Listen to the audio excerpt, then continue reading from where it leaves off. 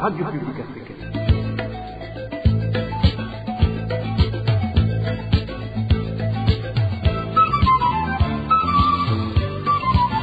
Radio Publique Africaine.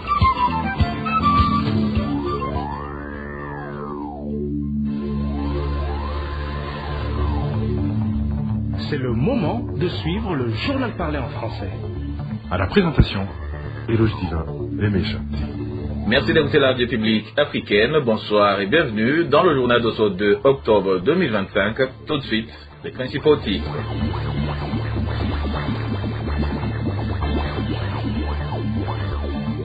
L'ingérence du pouvoir exécutif dans la prise de décision judiciaire s'en remarque à travers l'arrêt récemment rendu par la Cour d'appel de Moura dans l'affaire Christophe Sahabo. Vous entendrez dans ce journal la réaction d'un juriste qui suit de près ce dossier. Et puis, plus de 40 nouveaux cas de choléra ont été répertoriés dans moins d'une semaine en province de Bujumbura. Cela figure dans le rapport sorti il y a 2 jours par le Centre des opérations d'urgence de santé publique.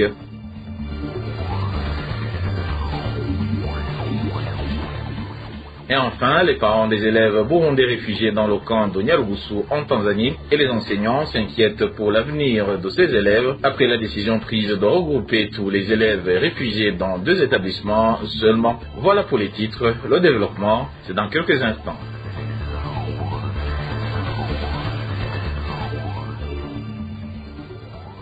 Bonsoir, sécurité pour commencer. Le journaliste Jean-Bertrand Troagilayedzu a été arrêté par les services de renseignement en date du 29 juillet dans la commune d'Ogisuru en compagnie d'un certain Fabien Nizigimana. Selon certaines sources, ces 2 personnes ont été tuées. Ainsi, leurs proches demandent au chef de l'État de mettre un terme à ces assassinats et d'en punir les auteurs, rappelant que la peine de mort a été abolie au Burundi.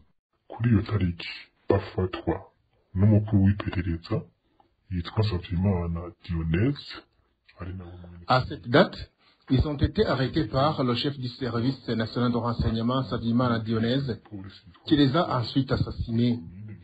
Il était avec le chef de police en commune Gisuru et le chef des Imbonera Kure.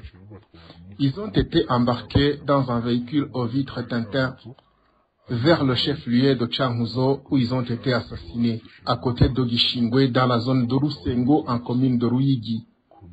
Le chef de zone Rusengo a ordonné que ces corps soient enterrés sans enquête parce qu'il savait tout sur ce dossier. Nous demandons à l'État de respecter la loi puisque même si le service national de renseignement est une police présidentielle, il n'a aucun droit d'arrêter les personnes puis les assassiner.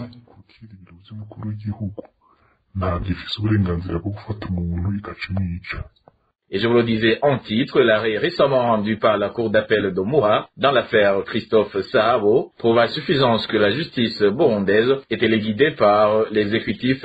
C'est du moins la lecture de maître Gustave Niyonzima de la partie défenderesse dans ce dossier. Ce défenseur des droits de l'homme nous parlait ici des articles violés sciemment au cours de ce procès. Dans cette décision judiciaire éhontée, Dr Christophe Sahabo s'est vu encore une fois condamné à 20 ans de servitude pénale, à une amende de 7 millions de francs à 178 millions d'euros de dommages et intérêts et 8 600 $ américains et en fait à la confiscation de tous ses biens. Il a peur de constater que Dr Christophe Sahabo a été signifié de cet arrêt éhonté le 30 septembre 2025, c'est-à-dire 14 jours après avoir été rendu, puisque ce jugement a été rendu le 16 septembre 2025.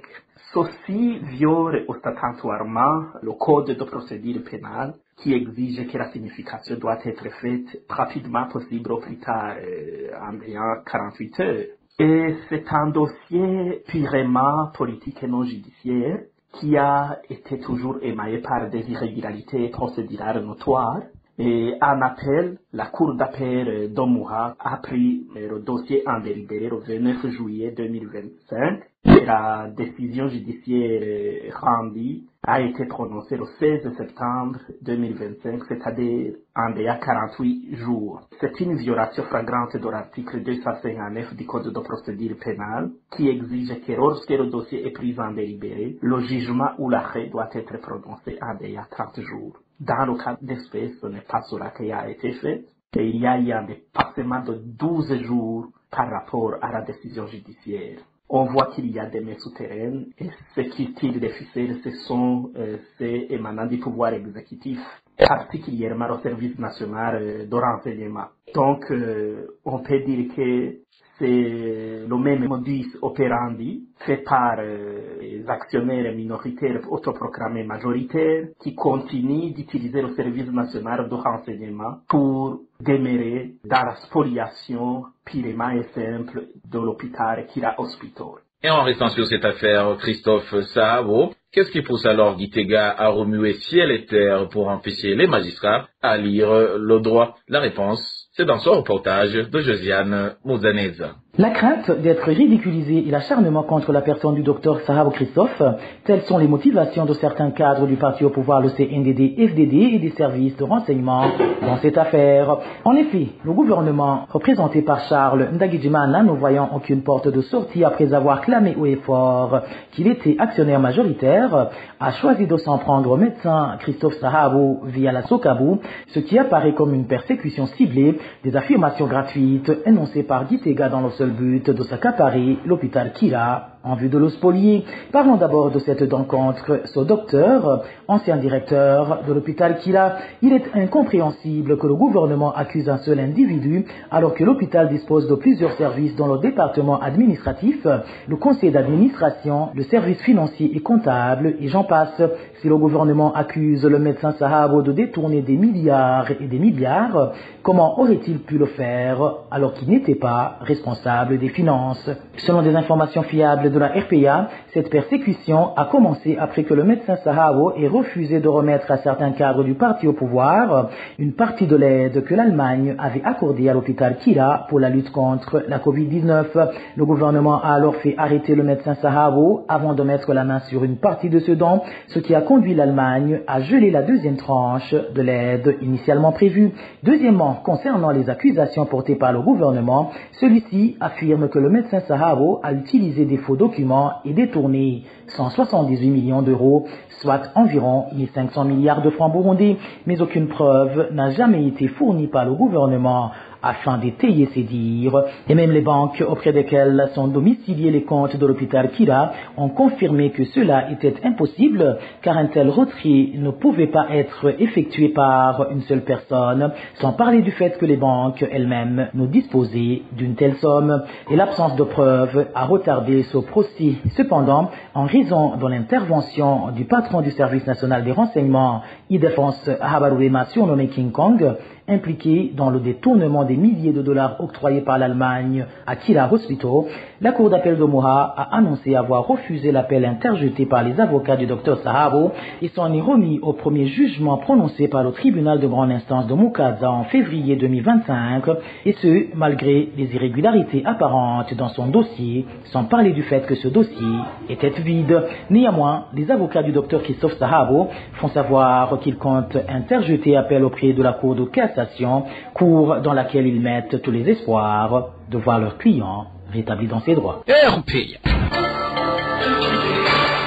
Paille santé à présent, dans un délai de 6 jours seulement, 44 nouveaux cas de choléra ont été répertoriés dans 7 districts sanitaires situés en province de Bujumbura. Ceci figure dans le rapport sorti en date du 30 septembre 2025 par le Centre des opérations d'urgence de santé publique, COUSP en sigle. Et selon le dit rapport, la commune Bubanza vient s'ajouter aux autres communes de la province de Bujumbura affectées par cette épidémie de choléra. Plus de détails avec Nadège et la Côte.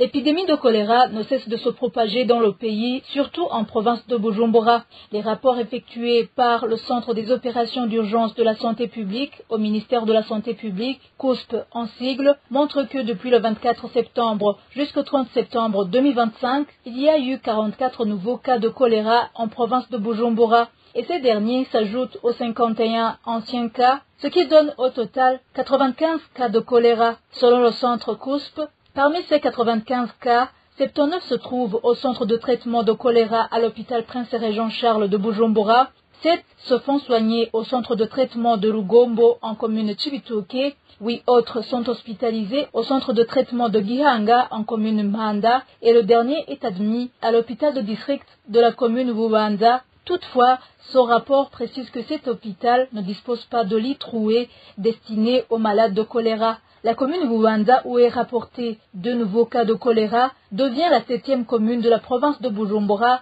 touchée par l'épidémie. Toujours à travers ce rapport, le Centre des opérations d'urgence de la santé publique au ministère de la Santé publique indique qu'il y a plusieurs défis majeurs liés à l'insuffisance de l'eau potable, aux mauvaises conditions d'hygiène, à l'insuffisance du personnel de prise en charge et des hygiénistes et à des moyens insuffisants pour la prise en charge des personnes affectées par cette maladie et par conséquent, tous les efforts déjà fournis dans la lutte contre cette épidémie restent sans effet remarquable. Le centre COUSP demande alors au gouvernement burundais de faire tout ce qui est possible pour mobiliser les fonds et le matériel nécessaires afin de pouvoir lutter contre le choléra dans les localités déjà touchées par cette épidémie.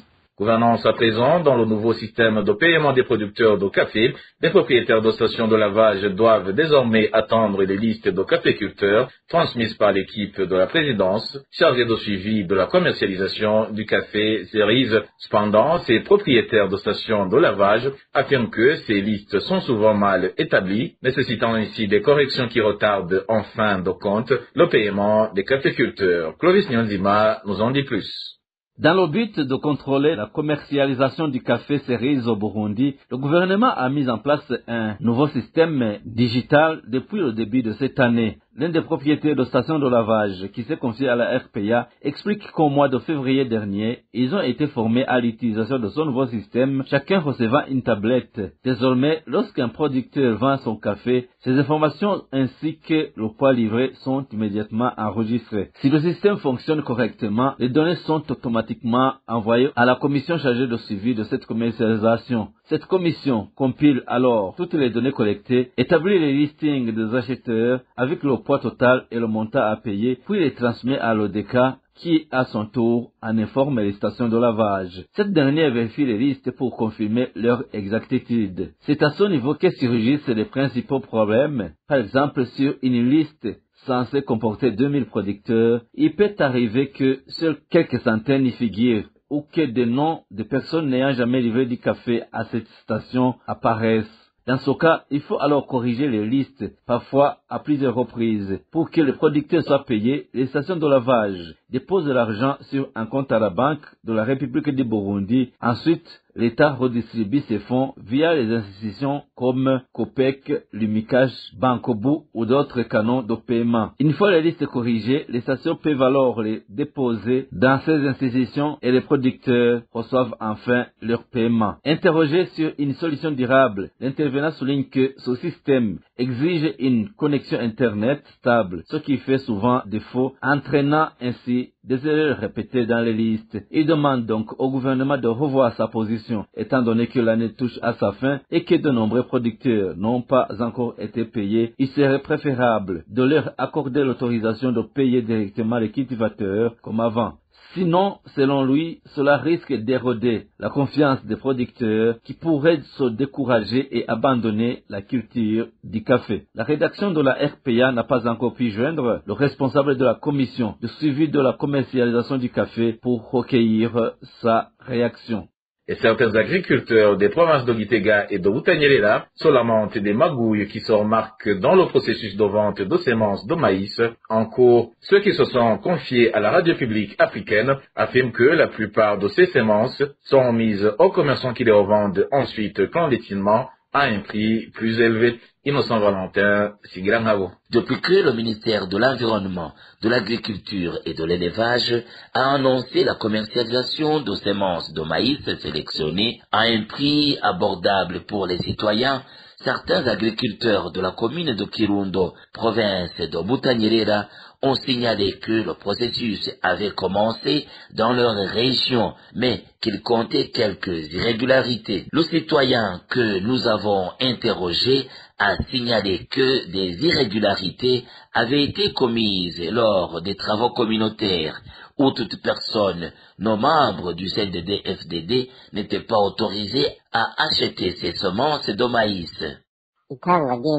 La distribution des semences de maïs PAN 53 dans l'ancienne province de Kirundo a été marquée par de nombreuses irrégularités. Des travaux communautaires ont été organisés samedi, auxquels participaient également des partisans du parti au pouvoir, car beaucoup portaient des tenues du CNDD-FDD. Après les travaux communautaires, il a été demandé aux agriculteurs de s'enregistrer auprès des chefs de village. La distribution des semences a eu lieu peu après lundi matin. Selon notre source, une grande partie des semences destinées à la commune de Kirundo a été donnée à des commerçants affiliés au parti au pouvoir qui ont ensuite commencé à les vendre sur le marché noir à 30 000 francs le kilo. Le déroulement des événements a été chaotique. Une personne a reçu 10 kilos, une autre 20 kilos, une autre 50 kilos. Ainsi, ceux qui en avaient besoin pour les cultiver ne les ont pas obtenus. Les semences ont été achetées par des commerçants qui n'en avaient pas besoin et en plus qui les ont vendues illégalement à 30 000 francs le kilo.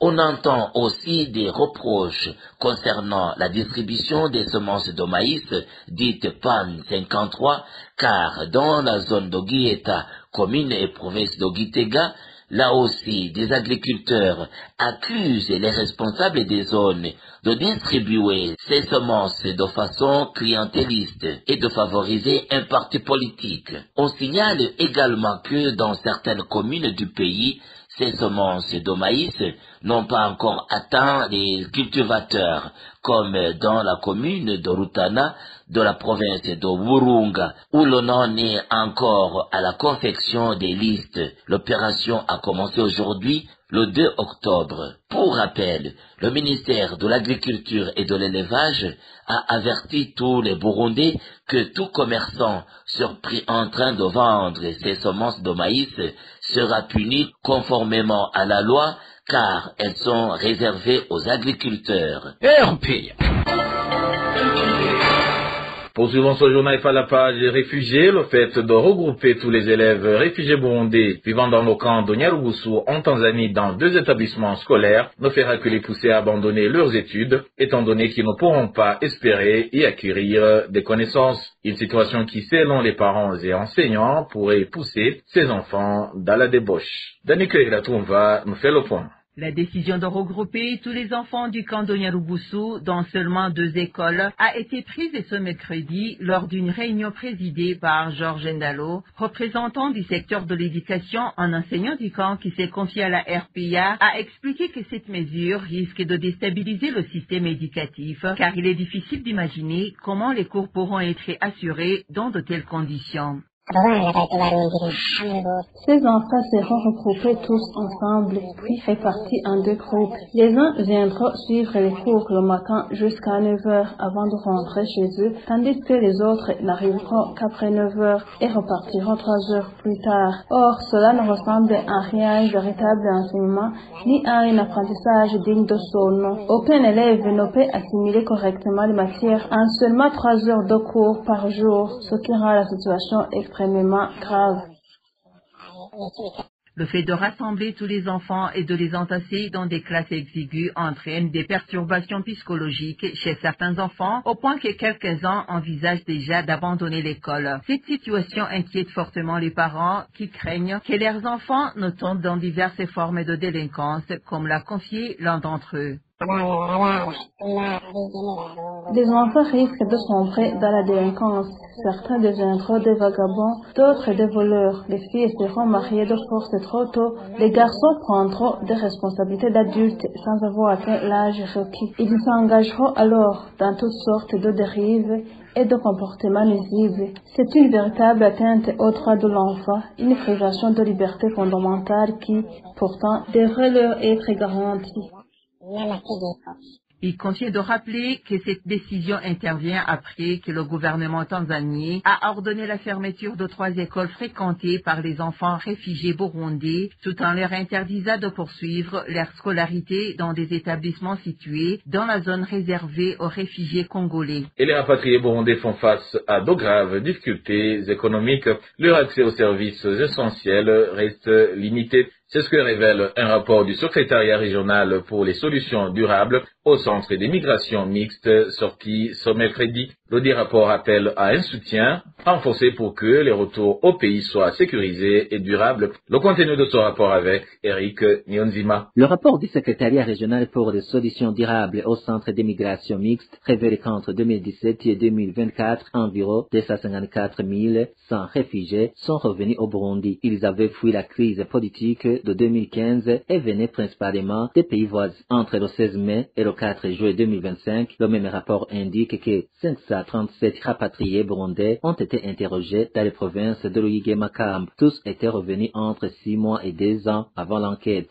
Le rapport souligne que 64% des rapatriés ont du mal à trouver un logement et 40% ont un accès limité à la nourriture et à l'eau. Les soins de santé et l'éducation posent également problème pour des réseaux financiers. À Ruyigi, 21% des rapatriés se sentent humiliés et 15% font face à la discrimination. À Makamba, ces chiffres sont plus faibles, 3% et 8%. Selon l'étude, 65% des ménages déclarent que les revenus ne suffisent pas. Beaucoup font de petits emplois, mais cela ne permet pas de joindre les deux bouts. L'accès aux soins reste difficile. À Makamba, 78% des rapatriés n'ont pas accès aux services de santé. Côté éducation, 66% des enfants en âge scolaire ne vont pas à l'école faute de moyens financiers. Plus de 99% des rapatriés ont encore besoin d'assistance, notamment pour le logement, les besoins essentiels et les outils pour générer les revenus. Les besoins varient selon la province.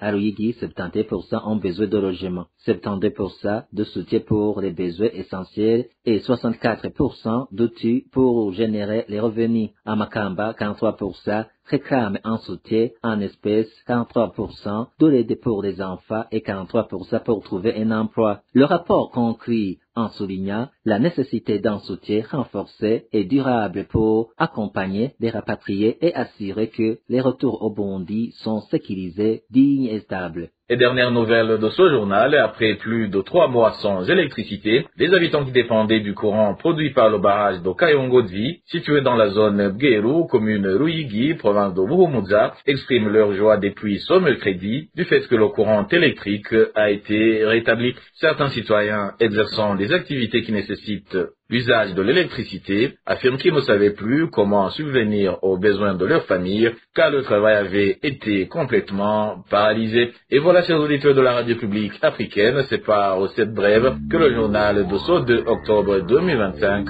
s'achève. Merci pour votre parfaite écoute et je remercie également mes collègues de la rédaction et ceux de la technique pour leur collaboration. À la présentation de ce journal, vous étiez avec Éloge Divin Remécha. Je vous souhaite une excellente soirée.